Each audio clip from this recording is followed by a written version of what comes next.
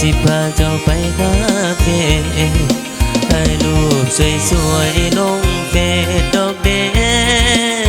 ไอ้มันบ่เท่คือจังผู้บ่าวในเมือง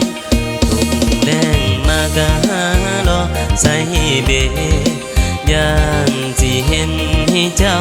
นั้นนายคนของห่างก็ย่านแต่มันบ่สมเจ้าดอกลาคนไกลวาสนา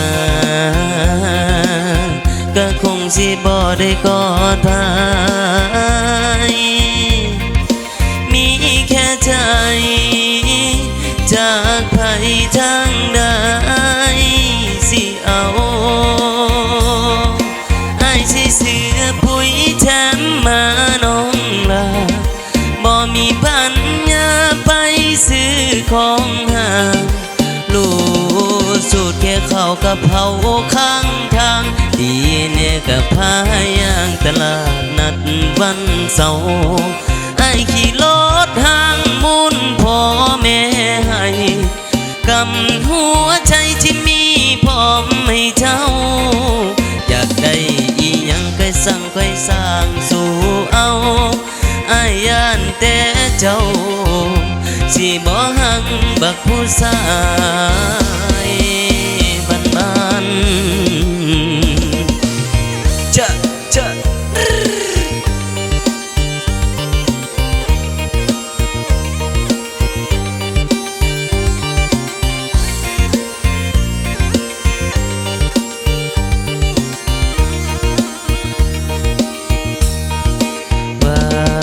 สนาก็คงที่บ่ได้กอดไปมีแค่ใจจากไผทางใดสิเอา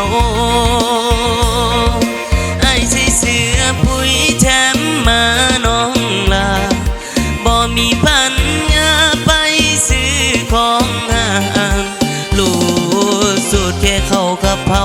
ข้างทางดีเนี่ยกับพายางตลาดนัดวันเสาร์